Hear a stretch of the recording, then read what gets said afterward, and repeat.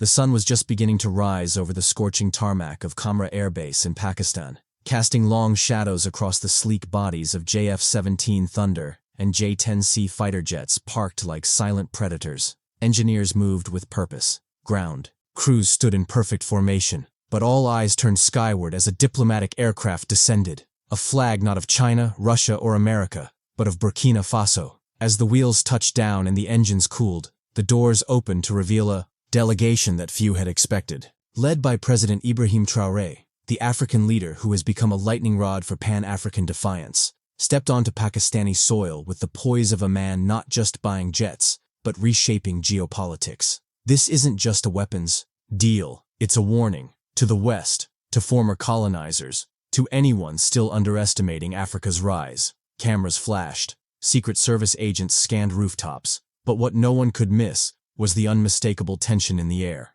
What was Burkina Faso, a landlocked African nation, doing in Pakistan's top military aviation facility? And why now? Only days ago, whispers from diplomatic circles suggested something was coming, but few imagined this. Ibrahim Traoré, once dismissed by Western think tanks as a populist outlier, was now shaking hands with Pakistani generals, touring fighter jet hangars, and signing papers that would send JF-17s and J-10Cs not westward, but to West Africa. But it wasn't just the hardware that shocked global observers. It was the statement this move made. Burkina Faso, under siege from terrorism and foreign manipulation, wasn't begging for outdated hand-me-downs from the West anymore. It was choosing independence on its own terms and aligning with unexpected, but willing partners. And so the question echoed across boardrooms in Paris, conference halls in Washington, and intelligence offices in London. Why Pakistan? Why now? And what does Ibrahim Traoré know that the rest of the world refuses to accept? Stay with us. The answers are coming,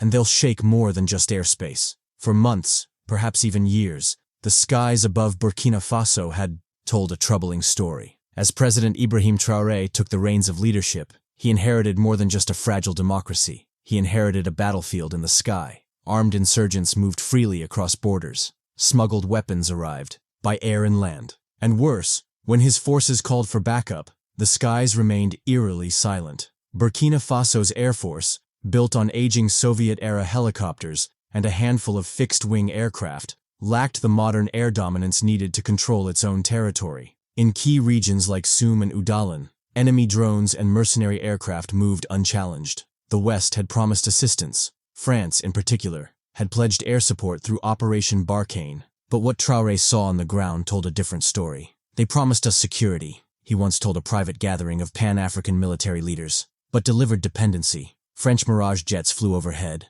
but only on their schedule, under their command, and often with questionable targets. Intelligence was shared selectively, if at all, and when Burkinabé troops called in urgent air support, they were told to stand by, while villages burned and ambushes claimed the lives of soldiers fighting for sovereignty. It became clear to Traoré that the airspace over his nation was not his to command. It was loaned, not owned. He wasn't the only one noticing. In Mali, Niger, and parts of Guinea, similar frustrations grew. The same Western forces who claimed to fight terrorism seemed more focused on maintaining leverage than actually building African self-reliance. So Traoré did what few dared. He closed French military bases, cut ties with certain Western contractors, and demanded a new solution, one where Africa would no longer be at the mercy of foreign runways. But a new question emerged. If not France, then who? Traoré needed jets. He needed a partner who wouldn't dictate, but deliver. Someone who knew what it meant to be surrounded and underestimated.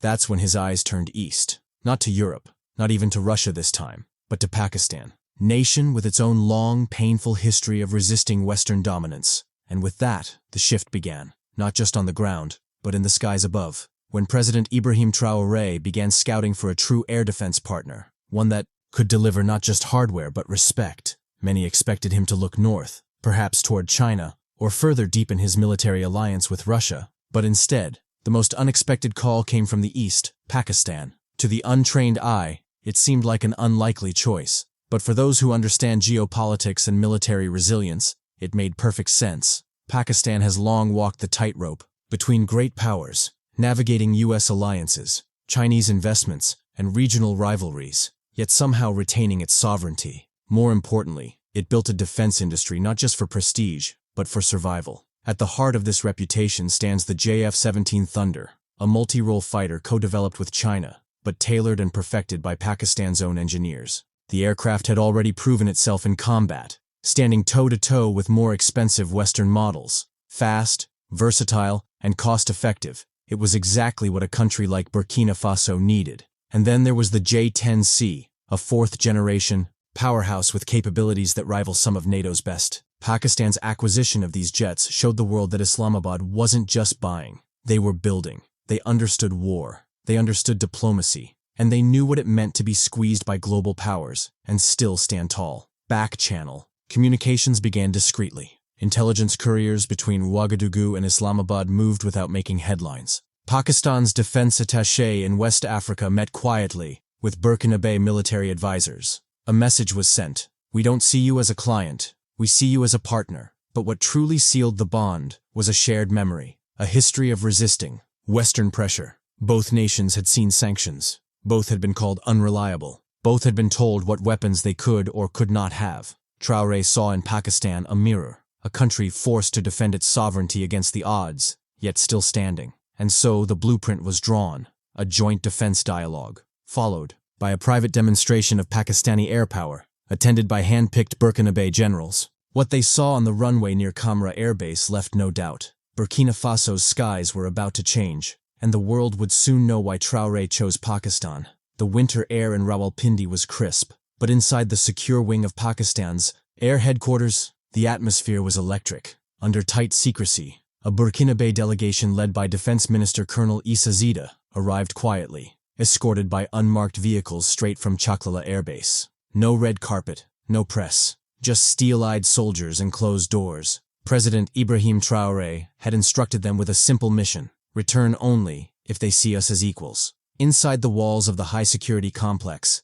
Pakistan Air Force, PAF officials greeted the African delegation not with speeches, but with respect. Air Chief Marshal Tariq Hussein led the talks personally, an unusual move signaling the seriousness with which Pakistan viewed this potential alliance. Over 3 days, the delegations met in intense sessions. No photos were taken, and no official records were released to the public. But leaks, inevitable in such high-stakes diplomacy, began to surface in private defense circles. The proposed deal was more than a purchase. It was a partnership. 6 JF-17 Block 3 fighters in the first phase, with an option for 4 more within the next year. 3 J-10C interceptors, highly advanced and rare for non-Asian buyers, included as a strategic bonus. A 5-year tech support and training package, with Burkinabé pilots scheduled to begin instruction at PAF's Mushaf Air Base. Ground crews and maintenance officers to receive hands-on experience inside Pakistan Aeronautical Complex, PAC Kamra, the same facility that had once built aircraft for China's PLA Air Force.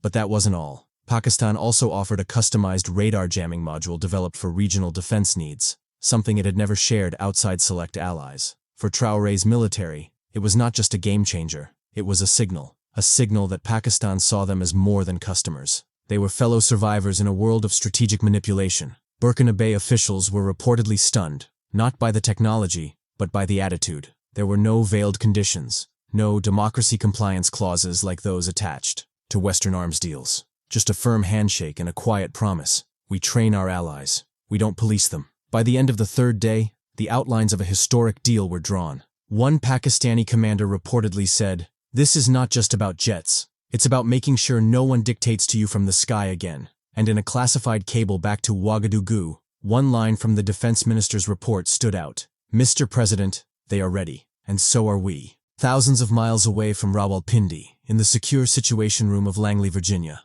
a low-priority signal alert suddenly escalated to code yellow. A junior analyst at the CIA had flagged unusual activity. An African military delegation had quietly landed in Pakistan, with no official press release, no diplomatic fanfare, and yet, military protocols were being triggered at Pakistan's air headquarters. Within hours, the alert reached senior intelligence officers. Satellite imagery confirmed it. Unmarked motorcades, closed-door sessions at Rawalpindi, multiple JF-17s being rolled out on side hangars for private inspection. What troubled the analysts wasn't just the meeting, it was who was behind it. Burkina Faso, Ibrahim Traoré. At the Pentagon, a senior military officer leaned back in his chair, eyebrows furrowed. Burkina Faso? Buying jets? From Pakistan? This wasn't even on our watch list. Inside the US State Department, the tone was more anxious. A senior diplomat reviewed an internal cable marked sensitive. It read, Burkina Faso-Pakistan arms negotiations confirmed.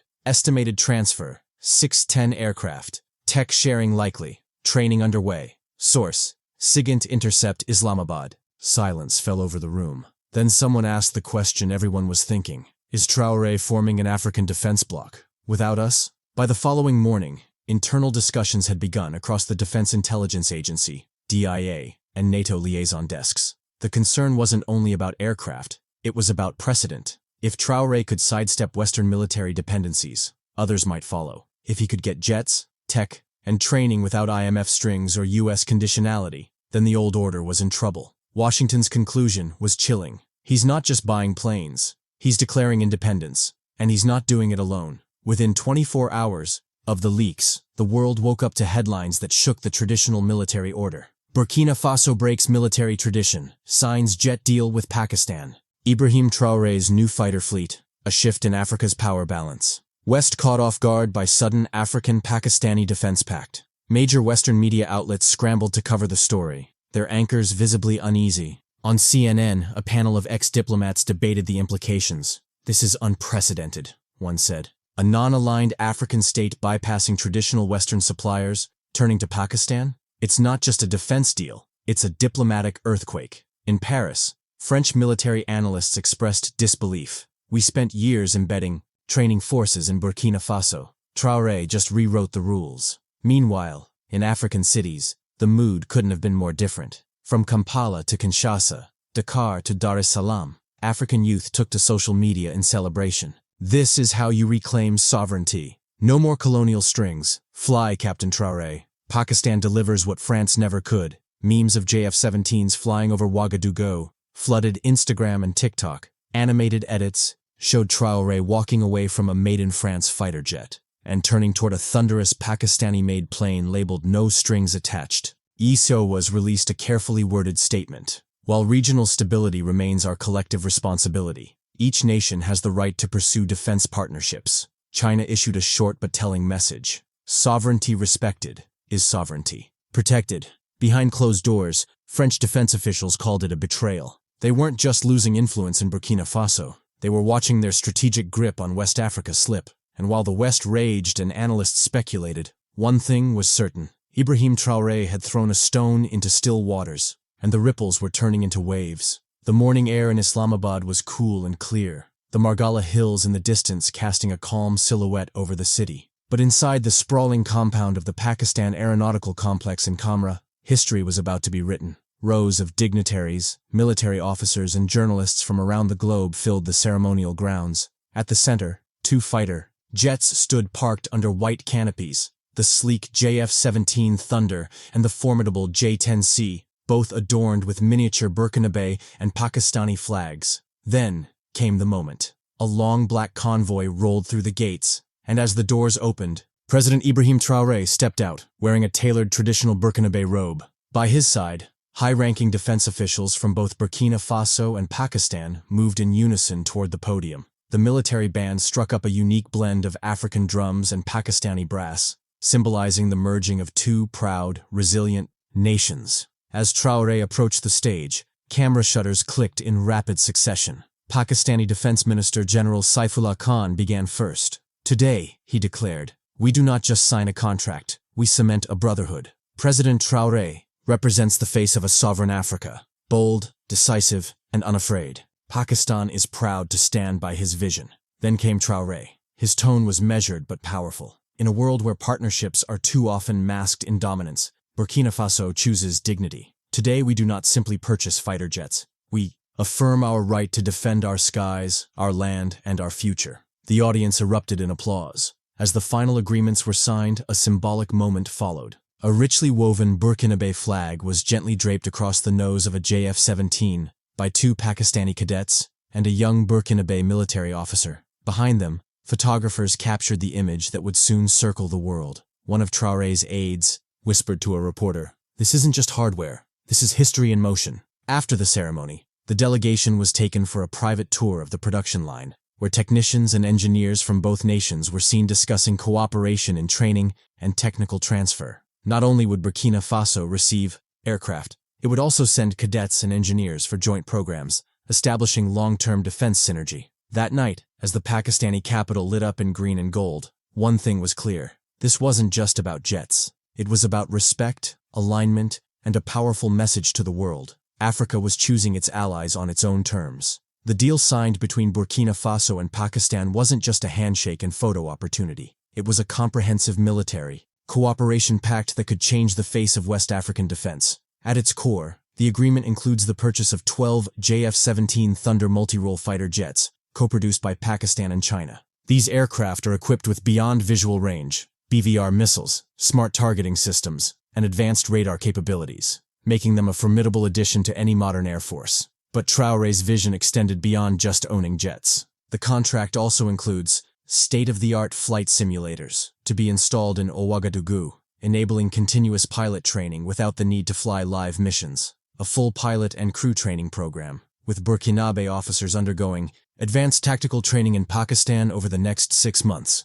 Stationing of Pakistani aerospace technicians in Burkina Faso to assist with aircraft maintenance, upgrades, and logistical support for the next 5 years. The delivery timeline is ambitious. The first batch of 4 jets is expected to arrive within 90 days, with the remaining 8 phased in across the following year. This is more than just a weapons delivery. It's the foundation of a new air doctrine for Burkina Faso. By partnering with Pakistan, Traoré is building not just an air force, but an independent defense capability that no longer depends on European oversight. And that is exactly what's making Washington and Paris so nervous. As news of the Burkina Faso-Pakistan fighter jet deal rippled across continents, the Western powers found themselves scrambling to respond. At closed-door meetings in Washington, London, and Paris, analysts debated what the move truly meant and what the West should do about it. Some voices in the U.S. intelligence community pushed for targeted sanctions. Others suggested cutting military aid to nations seen aligning with Traoré. One leaked memo from the French Defense Ministry revealed a more direct concern. Burkina Faso is no longer playing by the old rules. A new African defense posture is emerging, outside NATO's influence. France, once a colonial overseer of Burkina Faso, sent a quiet diplomatic warning through back channels. It was neither public nor friendly. The message was simple: reconsider your alignment, or face consequences. But Ibrahim Traoré had already made his decision. Speaking at a press conference in Ouagadougou just days after returning from Islamabad, he stood before a crowd of journalists and students and delivered a line that would light up every newsfeed across Africa. We will no longer rent our wings from others. The time has come for Africa to fly on its own. The West expected fear. Traoré responded with firm independence. Burkina Faso's bold defense partnership with Pakistan was now more than just a military shift. It had become a political signal, a declaration of non-alignment, and a challenge to centuries of geopolitical control. The world had changed, and the West could only watch as a new chapter in African sovereignty was being written.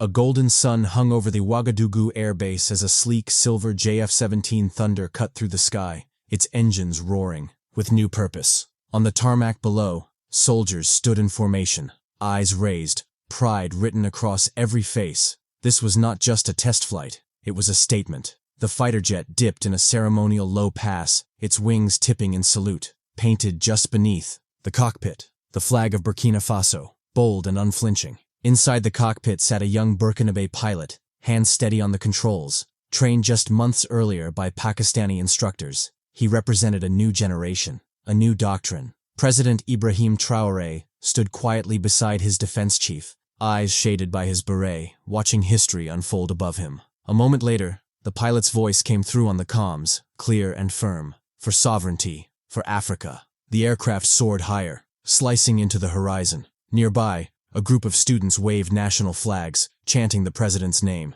Journalists captured the scene, but no caption could truly capture what it meant. Burkina Faso had taken to the skies on its own terms, and as the dust swirled in the wake of the jet's landing, the final voiceover echoed across screens from Lagos to Lahore. They thought he was alone, but the sky has friends. A chapter had closed, but a new era had just taken flight.